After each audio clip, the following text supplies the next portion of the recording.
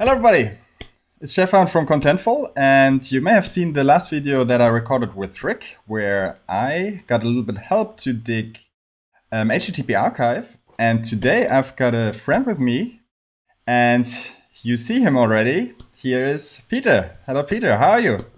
Hello, Stefan. I'm fine. How are you? Good. So who are you? Oh, that's a weird question. I don't know. Yeah, so I work as in the performance team at Wikimedia, Cool. working, trying to get Wikipedia to be fast, or at least don't have any regressions. Yep, I mean web performance. Cool. And we know each other for quite a while, right? I mean, it's years already. Yeah, I know. And you're doing pretty cool stuff. And we decided to just quickly to jump on a call. So let me just show you what Peter does, and then we will try to set that up. And I'm really excited about that. So, do you see my screen, Peter? Yes. So Actually, I must jump in. We're actually three people in the core team of Sitespeed.io. Okay. So it's me, and it's Tobias, and it's Jonathan. Cool. Web performance is pretty important for you, I guess, right? It's what I like. Yeah, I guess it's a nice job there.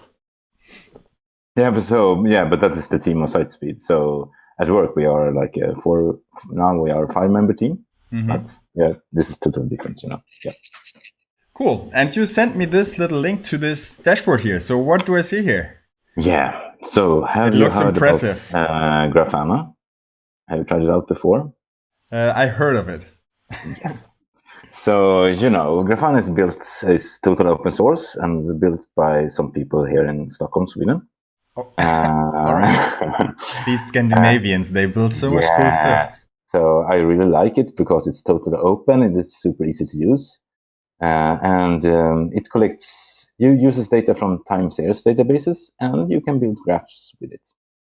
And with Sitespeed.io, Sitespeed is like a tool that drives the browser and collects different web performance metrics. And then it dumps the data, or you can choose to dump the data to a time series database, and then you can create the graphs and keep track of your web performance in Grafana.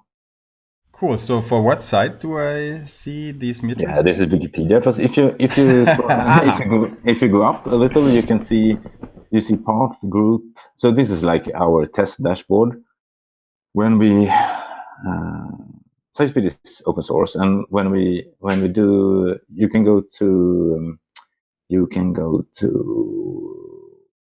I think this is good. You can go to group instead. Group is like the same as domain. Oh, cool. This is our test. So let's check the New York Times. Yeah, so we run web page test also because we have Sitespeed can drive web page test too. So we have a couple of URLs. We use New York Times and Ryanair to test both in Sitespeed and New York Times, or in web page test. But so this is our dashboard. It can be wrong. It can work. It can be down. We have it in our continuous integration to make sure that when we do a new release, we can check that things work. So it's like can go up and down, but the script and how to set it up is there. So it's quite easy to do it yourself, or at least it will take some time. It will take a couple of minutes, but yeah. And this is what we want to try to do, right? Yeah, I think we should try it. Nice. Can't wait to have that. Cool. So you also mentioned in our little chat beforehand that there's this little script here, right? Or this little site that describes how to set the whole thing up yourself, correct? Yeah. So you can, when you run Sitespeed, you can either run it locally on your machine. It's fine. You can try it out and test your site or other sites. In this example, we have an instance running on AWS on Ubuntu in 16. So we're going to try that now. Normally, you have two different instances. You have one that run Grafana together with Graphite. And then, so you store the data, you have it on one server, and then you can have one or multiple agents that run Sitespeed, a Docker container with Firefox, Chrome, and the things you need to collect the data. And then you send the data back to your instance. So it stores in Graphite in this example. And then you look at the data in Grafana. So Sitespeed ships with several real browsers that are then running in the cloud. Is that correct? If you use the Docker container, if you use the Node.js version, you need to install Chrome or Firefox yourself. So, for example, in the Docker container, when there's a new release of Firefox or a new release of Chrome, we do a new release of the Docker container. So I don't have to worry, huh? You need to keep to update it when you want. So I think I can do that. Yeah, but it's some extra work for you, but it's good in a way because you can always choose when you want to upgrade. So you want to have it like that because else it can break. Cool, but thanks to Docker and stuff, usually the maintenance and setup level is relatively low, right? Yes. Cool. So you should start with actually creating a server, I think. All right. Do we want to do it locally or on AWS? AWS, I think. So we can. All right.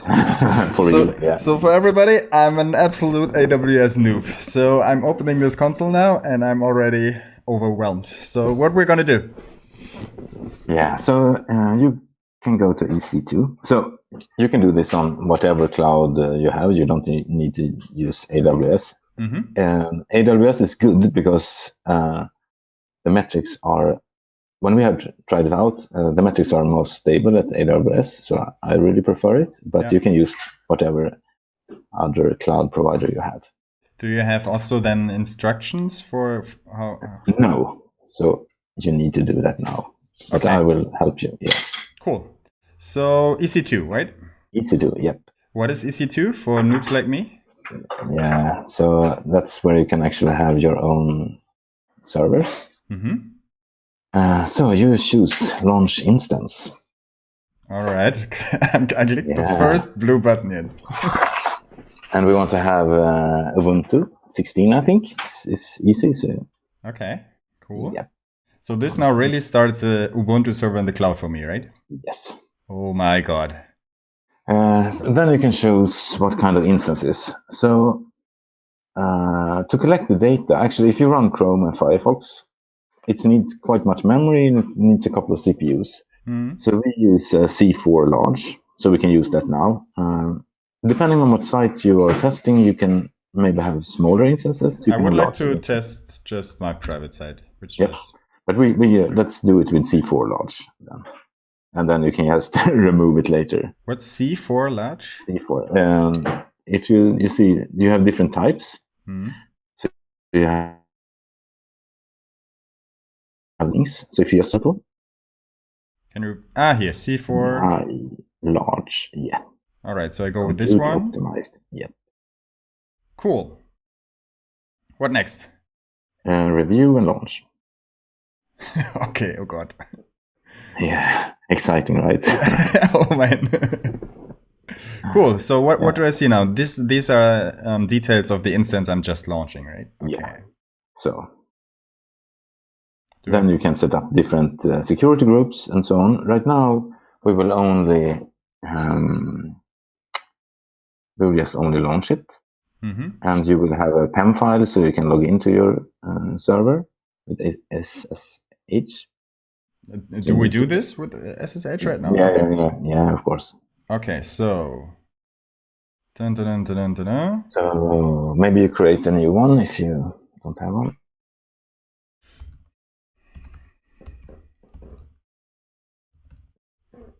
Cool. All right, and launching, yeah. Yep. Cool. I think I've got a server in the cloud now.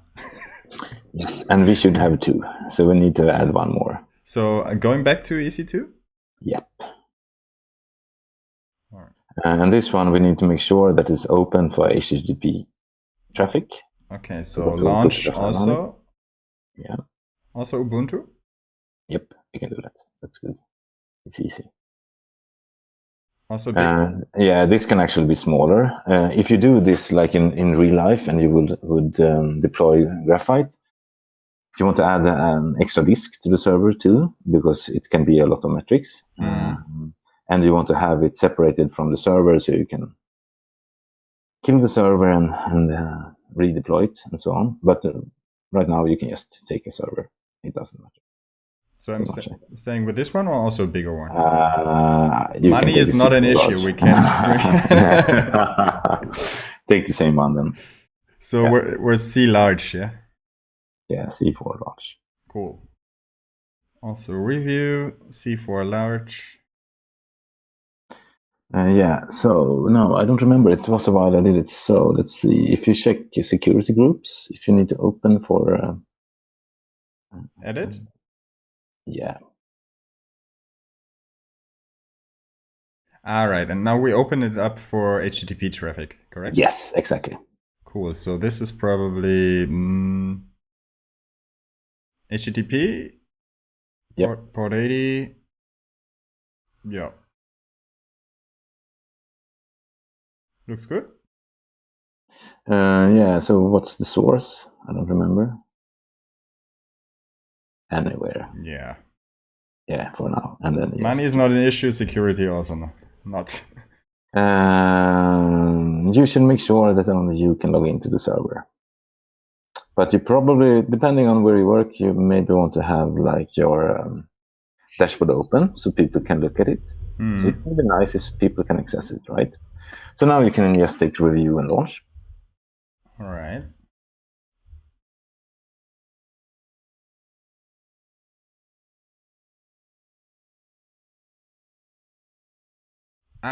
The interface changed. Okay. that was not really. I was like, what is this? Okay. So now we've got 2. Is this correct here? Yeah. Yes, take launch. Okay. Same key pair? Yeah, you can use the same. You need to, yeah. Cool. Okay, but you need to keep track of them so you know which one you have open for HTTP traffic. So maybe you should have named them, but you can go back to EC2, yep. And hopefully we'll see them here. You have 2 running instances. If you just scroll up a little. Okay. You see there? Yeah, perfect. And this one is the one that is open because it's still initializing? Yes, so then you can give it a name. So yeah, exactly, give them 2 names so it's easy to remember. Does that make sense what I'm doing here? I wouldn't name them like that, but... Well, what would you name them? No, just keep it like that. Okay. So, now we have, the first one is up and running, right? Yep. So we can take that one first. So if you just click that one first. Just clicking like... Yeah, exactly. Okay. And then do connect. And you have a button called the connect. Right. You need to go up a little. Yep. Yeah. First, you need to make sure that only you can use the PEM file. So you need to chmod it. Okay, so we're entering my terminal now, right? So yeah, perfect. So we do this, and then we just first of all move this file we just downloaded to my desktop. All right, so desktop. So we do this. Done. Yeah, perfect. And connect. I can. Yes. Oh, that's nice. Okay, just copy and paste. Yeah, cool. Yes, copy and paste. It's perfect. I like copy and paste programming. That's awesome. Yeah, but that's good. It's good to. Yes, we're sure. Yes. So what just happened is that I accessed the first server via SSH, and this is only possible because I have this PEM file, yeah? Yes. Okay. And right now on this server, this is an Ubuntu server, and what do we do next with this? We should install Docker. How do we do that? Yeah, I don't know. So you can Google it. So usually, no. So you can just go to. We should check out. I usually use if there's something that I don't know. and since I'm a newbie on most things, I always use the DigitalOcean's documentation, because they are quite good at documenting how to install things. So you can search for Docker Ubuntu 16 DigitalOcean. Yep, perfect. So DigitalOcean is a pro tip. Okay. Yep. Dun, dun, dun, dun. And then there's a couple of copy and paste too. Nice. That's what I learned. Always copy random curls into your stuff and then it works. Dun, dun, dun, dun, dun. So this downloads Docker. I don't know what this does, but okay. That was easy. Okay. Yeah, but it isn't ready. You need to add the right key, and you add the repository, and then you need to update. So you know about the new repository. All right, we're just in there, and then you can install it soon. So we actually missed one thing about opening the ports, because we should open one more, but we can do that later. We can install this one first. Mm-hmm. So yeah, that one is just for checking that you'll get the right one, so you can skip this. And then, okay, we saw that. Okay, right, and then you actually install it. And the next line, it will take a couple of seconds. Then you want to make sure that Docker always starts when you restart your instance. I think that's next. Yeah. Cool. Okay, copy and paste sudo. Sorry. Yeah, it just looks that it's okay. It looks okay, right? What is that? Check that it's running. What do I see here right now? So that. Yeah, you just check that it's okay. Okay, I see. Yeah. Active running. And now it's running already? Yeah. So by default, when you use Docker, you need to sudo it. So you can, it would be nice to not do it, so you can just take the other. But for now, it's fine, right? I mean, we're just playing around. Okay, let's do it like that. So then we have, then we can just, on your, that instance, you can just show me Docker version. So I see that it really works. Perfect. Okay, in the Docker world, now you have Docker, and now you need to pull the image. Okay. So one thing that it's really important, in the Docker world, you use tags to say which version. There's one tag that exists for. Can you repeat that? The connection was a little bit flaky. Every Docker container have a latest tag, but latest is evil, because if you use the latest, then you don't know which exact version you're using. So you should always use another tag. So then you can either go to sitespeed.io, the start page.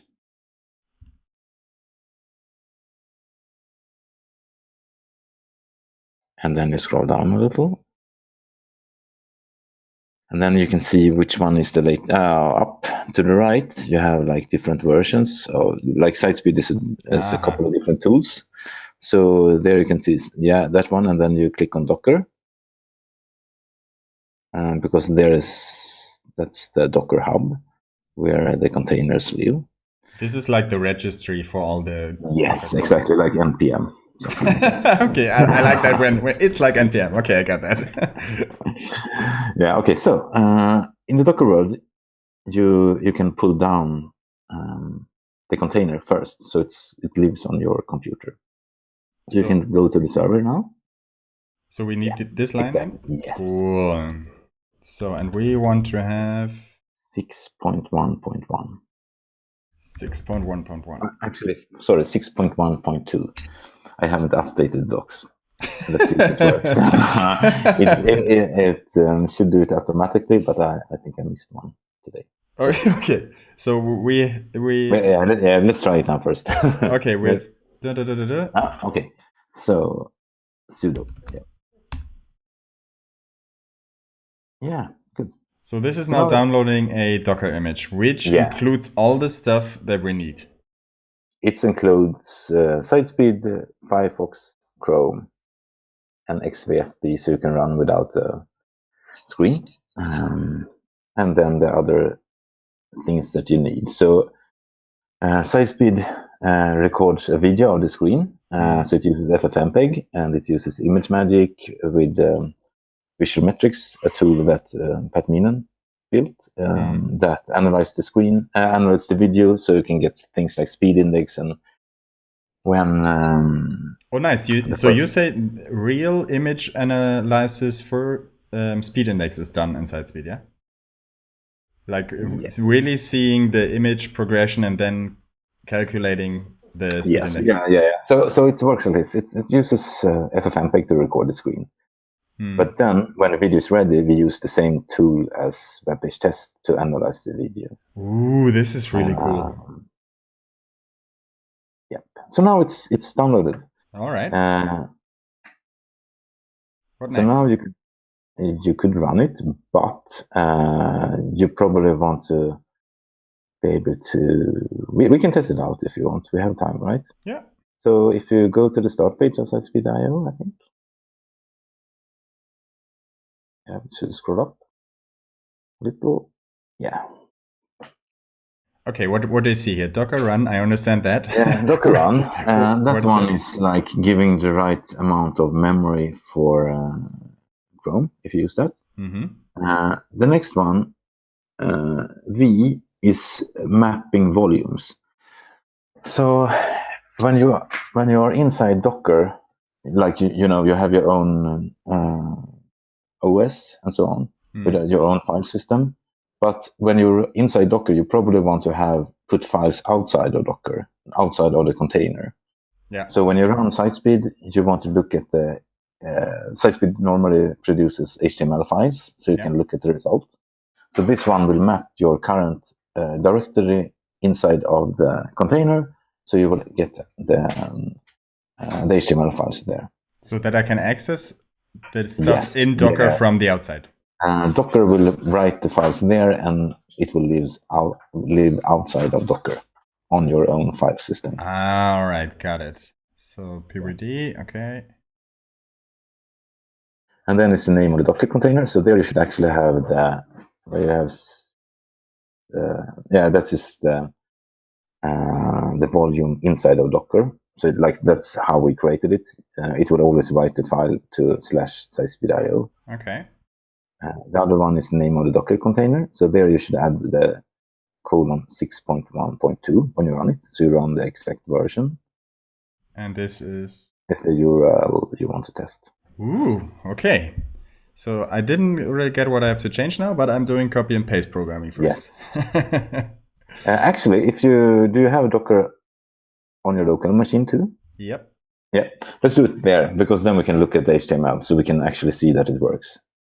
All right, so let me just quickly adjust that here. So, but I didn't download the image on my local machine. No, and what's cool is that it will download it automatically. Ooh, developer experience here. Yeah, exactly. But now you're running latest, right? But it is okay for now, but when you run it for your own site in production, you should always make sure that you run a tagged version. Yeah. Okay, I messed when that you up. run it but when you run it on AWS, you will put the HTML files on S3 instead. So you just dump it there, and then I will do a short demo later, I think, when we see if we can get it up and running. What is S3 for people not knowing S3? S3 is a super cheap disk that where you can dump the data on Amazon. Okay, so I can basically dump whatever I want on S3? Yeah, exactly. So we dump the HTML and the video file and so on from. Cool. When you run Sitespeed. And that's nice, because you can, on S3, you can configure it to remove everything that is older than X amount of days. So usually when you have your tests up and running and you test your site a couple of times each day or every hour and so on, you will create a lot of data. But usually you do it because you want to find regressions.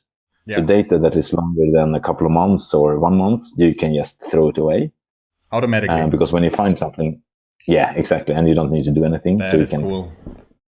keep your bills short. That's kind of nice. Okay, I would say we do this here in parallel. Yeah. So okay, so this one is ready now.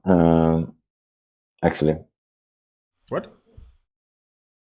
We should go to the other instance, and there we need to install Docker and Docker Compose. Right. Docker Compose is how you can use Docker, and when you have multiple images and make them work together. So, for example, you have Grafana, and Grafana will collect the data from Graphite, right? So then you have a Grafana Docker image, and you have a Graphite Docker image. All right, I got that. And we put that on the other machine that we have running in the cloud, right? Yes. Cool. So exactly. we have this one. When we are here, we should actually. Okay, maybe we can just do that later. So we take this one and then connect again. We did this one already, right? Yes, you don't need to do that. So I can copy here. And I've got a separated window now. Let's just do it like that and like that. So we have the first server left and the other server right.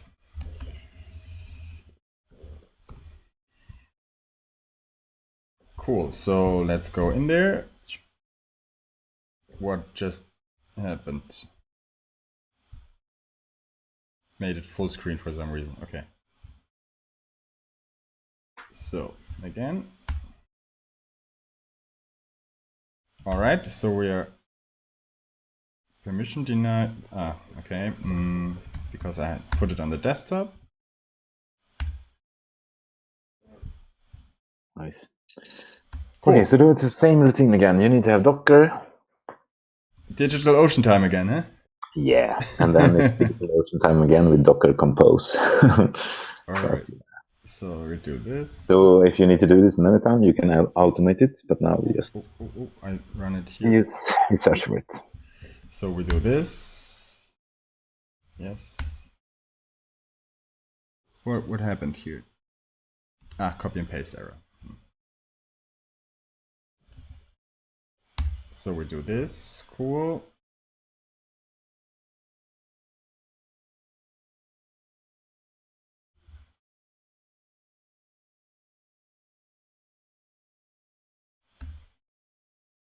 And do I have to do that all the time? Yeah, you need to do update, yep. But this is just for us setting up the machines right now, correct? Sorry, I didn't get that last part. This is just for setting up the machines, right? Yes, exactly. Okay. Okay, download stuff here. Yeah, you need a... My computer is really struggling with the Docker stuff running. Yeah, sorry.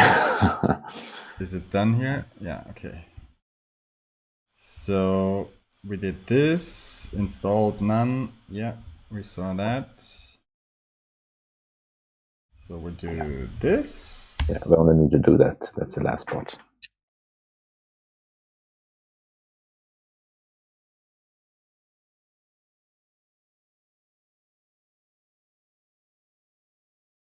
Cool, and start us to see that it's running, right? Yeah, you don't need to do that. It will work. Active, nice. I'm such a DevOps dude. Yeah. Okay, and then it's Docker Compose. So Docker Compose at DigitalOcean again. No. What is Docker Compose? Docker Compose is the way how Docker can handle multiple containers and put them together so they work, so they know about each other. So we have a Docker Compose file that defines Graphite and Grafana, and we also have a Docker file with all the dashboards. So the dashboard that you were looking at is an example dashboard. You can create the dashboards yourself when you have the data, or you can just inject the ones that we have. It will do that automatically now. So what's cool about, I think, using Grafana is that you can have predefined dashboards, but you can always create your own ones. Cool. So I think I have now Docker Compose here. Great. Cool. So now we can look at the HTML, I think, on your local machine. Nice. So, okay, here we had this command that, what do I see here? It started Firefox and Chrome. Yeah, it checks which version, so it just logs it, so you know which version you're running. It tested the URL 3 times. You can configure how many times you want to run, of course. And then you get like a summary of different metrics. But if you go to, let's see. Sitespeed result? Yeah.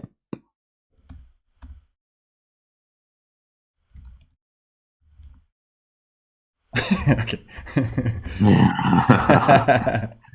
Yeah. And then you can just open index. That's the start. Oh.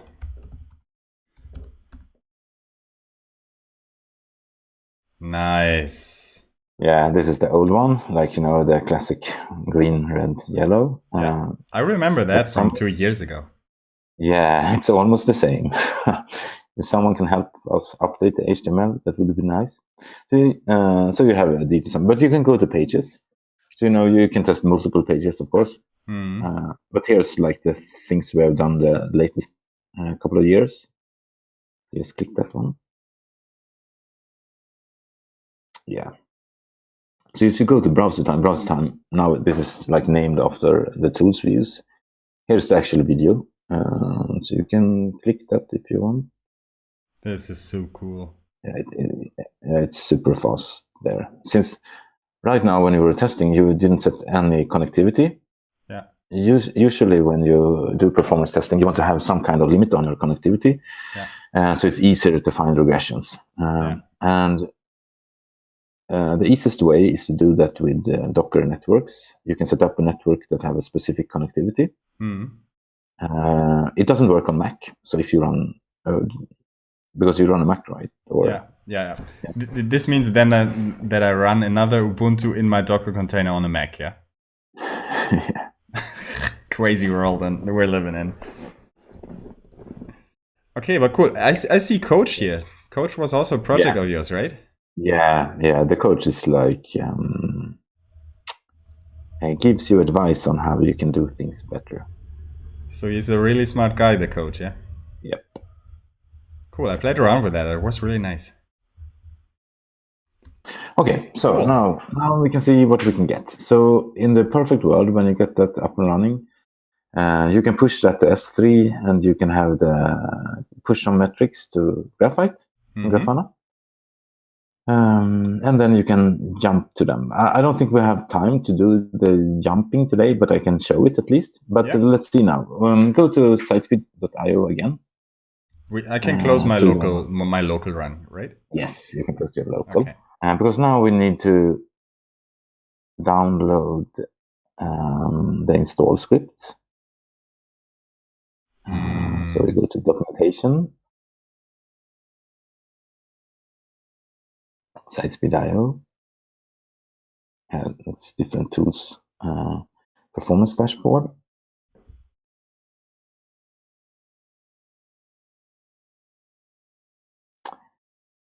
Up and running in almost 5 minutes. If you have your servers ready, I would say. Yeah, okay, so you take the curl command, and then we'll download the Docker Composer file. So this goes into the right one, right? Where we have Docker Compose. Yep. Okay. Done.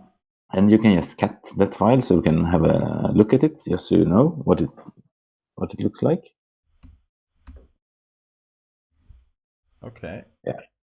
So you can scroll up a little. So here it defines a couple of things. So you can, right now we can run Sitespeed locally on this machine because it's easier for us. You define which Grafana version. Grafana is released quite often, and they do a lot of work, so you can specify which exact version. Yeah. And you say it will link to your local Graphite. Yeah. and you have passwords that you need to change. There's a couple of things there that you need to do when you run it for real in production. You can scroll down. You can open ports and etc. from Docker. You can scroll down more. There's a couple of things. The time series databases, like Graphite, there's a couple of configuration steps. Usually, depending on where you work, maybe the DevOps people have a Graphite up and running already. Yeah. Else, you need to look at some documentation that Etsy wrote a couple of years ago that is really good. It's links from sitespeed.io to help you understand how you can configure it, because it's some work to do. Yeah. The default configuration is okay, but if you want to keep it up and running for a while, it could be good to know how it works. Okay. So now it's the next step. Which is? Docker All right. Compose up. So we just saw different Docker services defined in this Docker up file, and now we're kicking everything off. Yes, hopefully it will work. But now it will download every Docker file there in the... So you need to use sudo here too, I think.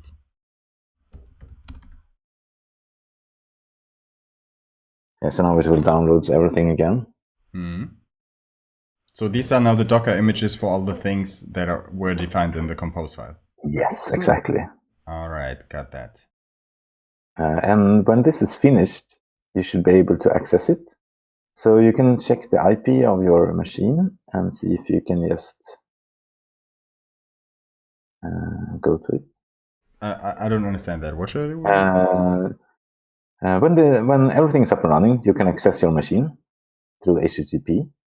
So if you mean this machine? Yes, this machine. How do I get to know the IP address of You this add machine? it there in... yeah, you can check there.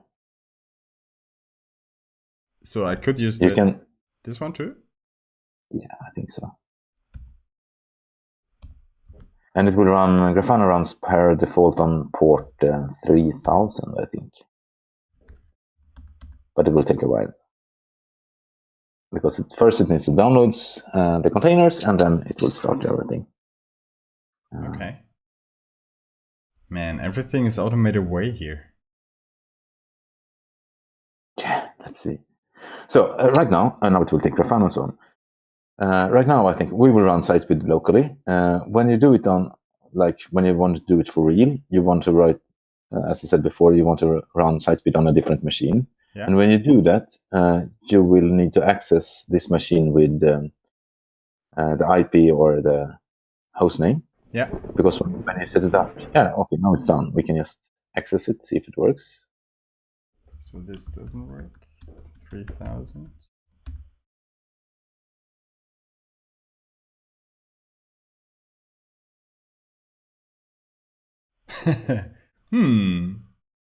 When we open HTTP traffic, we should open port 3000.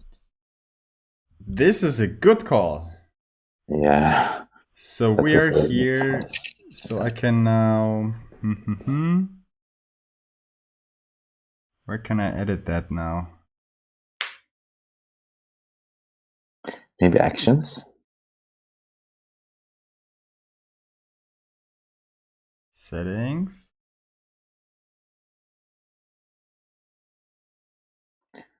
Networking, maybe. Let's see.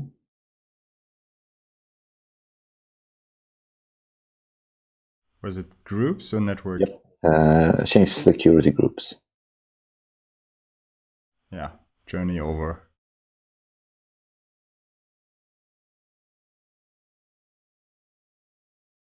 Okay, we're not coming any... Do we have to stop it first, maybe? No, but you could do it there, right? What, now actions? Yeah. Change security group. But I cannot... Okay, I see. Yep. You are right. So... Dun, dun, dun, dun.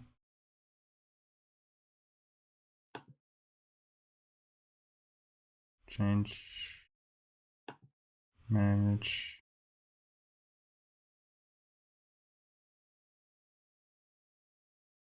No. Cannot be that hard. Yeah, let me see if I can find it.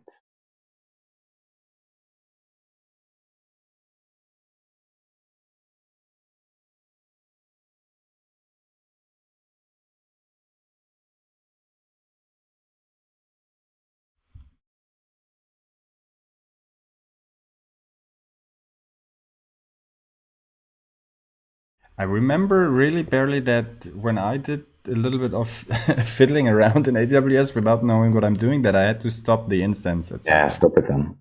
Yeah. So how do I do that? Stop. You have there on your. Yeah, I'm stopping it, right? Yeah. Okay. You can stop it. Yeah.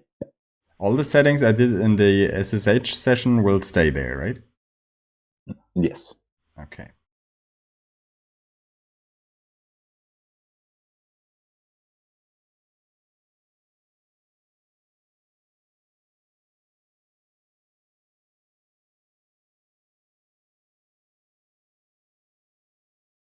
Dun, dun, dun, dun.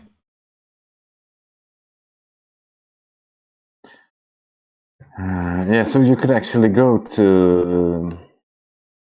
You could assign it there. If you go to the left panel, you have network and security groups. Security groups. I don't remember which one you. Yeah, was it that one? I don't know.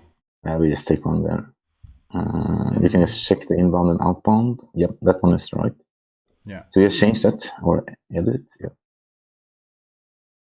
And we go here with the 3000, yeah? Yes. I cannot You edit. can add a new one, I think. Custom. Custom TCP.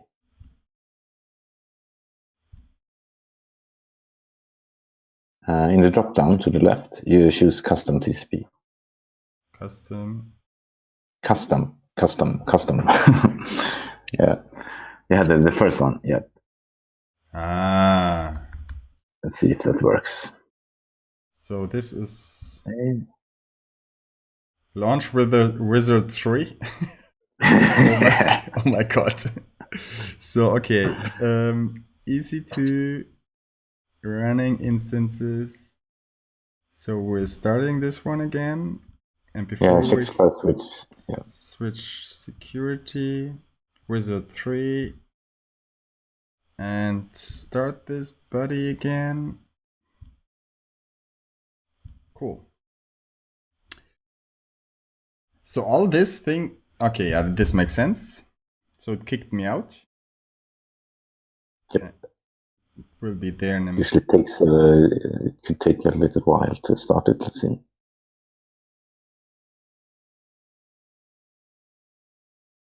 So I personally kind of like DigitalOcean because it's super fast, like accessing and getting it up and running and so on. But at least when we tried it out, it seems like AWS is more stable. Yeah. So I have the same offers at DigitalOcean. Also a S3 kind of thing. And actually, I haven't used that part. They have something new for that. So I usually, when we run it before, we use DigitalOcean as agent and dump the data to the AWS. I see. Or to S3. It's slow. Yeah, no worries.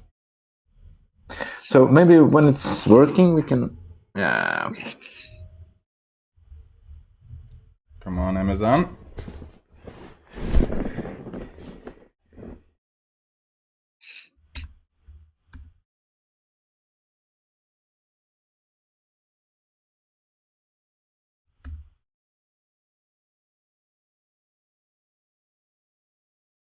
Well, then everybody can see my random emojis here.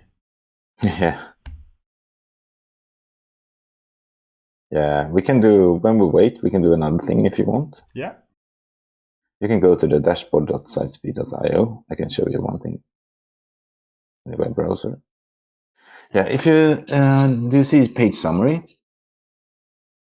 in the drop down up to the left, yeah, and you click there, and then you can choose page timing metrics. I'm just going to show you how you can map Grafana to the HTML that you dump on S3. So do you see a checkbox called runs up there? You have like path, group, page, browser, connectivity. So first, let me explain. The group is the domain, the page is the page you're testing, the browser, the connectivity, different connectivity types. Function is that you can draw graphs with a mini. When you do tests, you want to do maybe 5 runs or 11 or 7 runs, depending on what you think is the best for your site to get like stable metrics. And then you can choose to draw like the minimal value or the median or the max or the P90. What is P90? The 19 percentile. 90% of the runs was slower than that. Okay. Faster, depending on slower. And then we take runs. You just click on runs and see what it will be. That's an annotation in the Grafana world.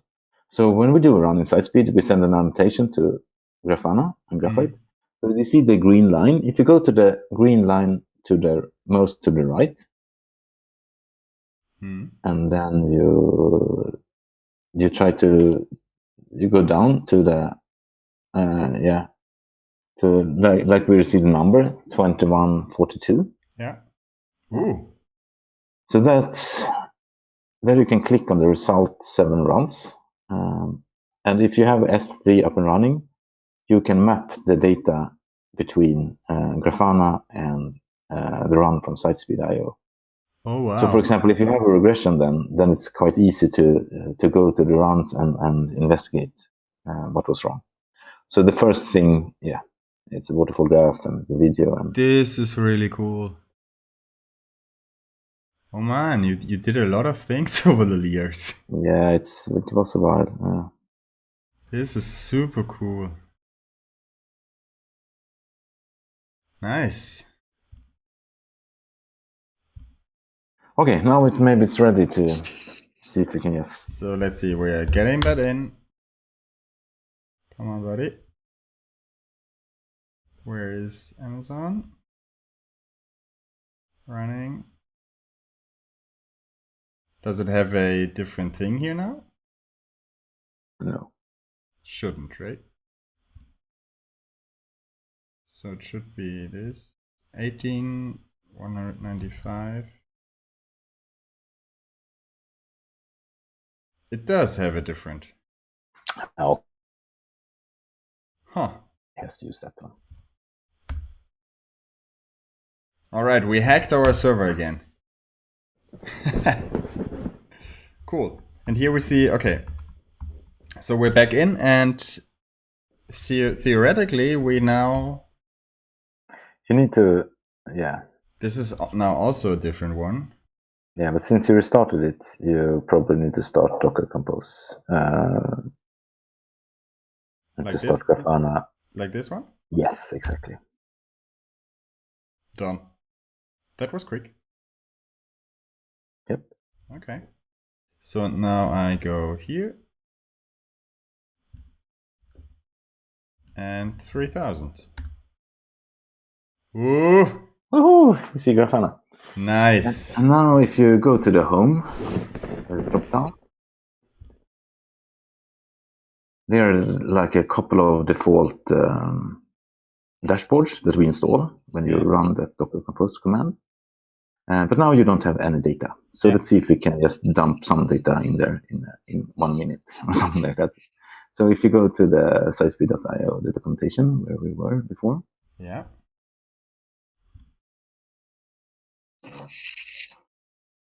So we're using this one, right? The other one. With an exact version though.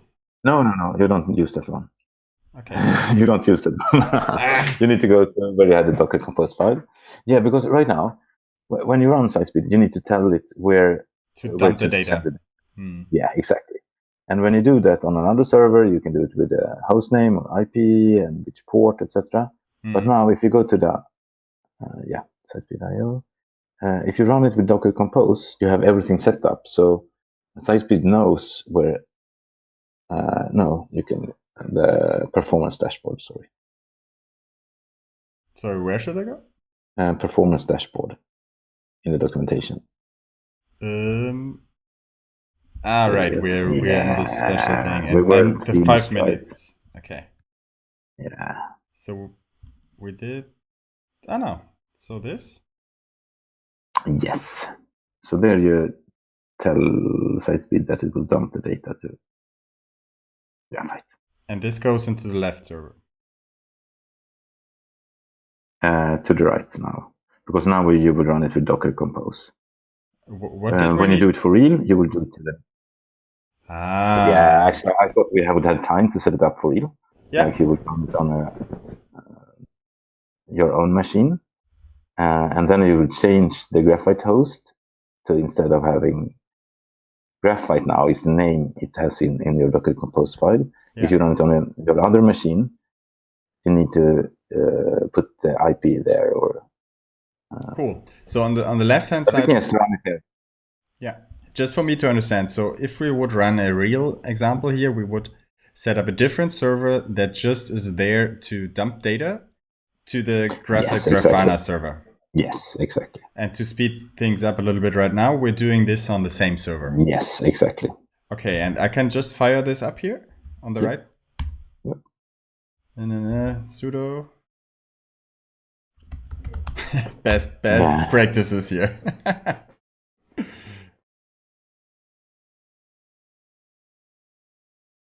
Yeah, we could have changed it to your site, actually. Yeah, it's we can give another run. You can see.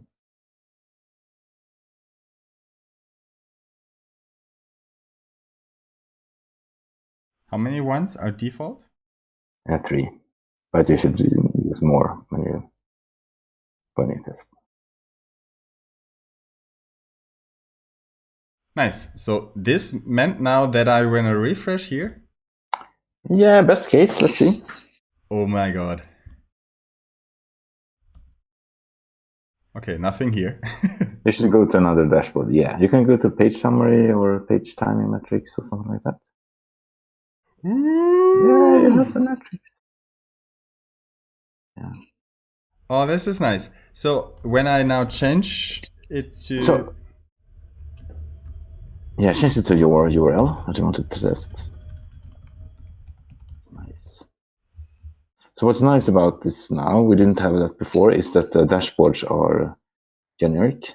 So it will work for... Will it set up a new group automatically now? Yes. Oh, wow.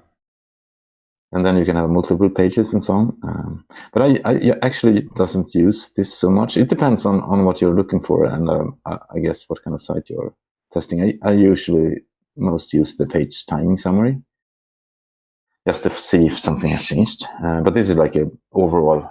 You mean this one? Picture. You have the page summary. Yeah, but now we don't have so much data here, so it doesn't matter. The page summary is for individual page. The page timing summary is just for timing metrics, and the site summary is for all the URLs that you were testing on the same domain. All right, so but I have to define these manually, or is there still this command that Sitespeed crawls all the sites? You can still crawl if you want.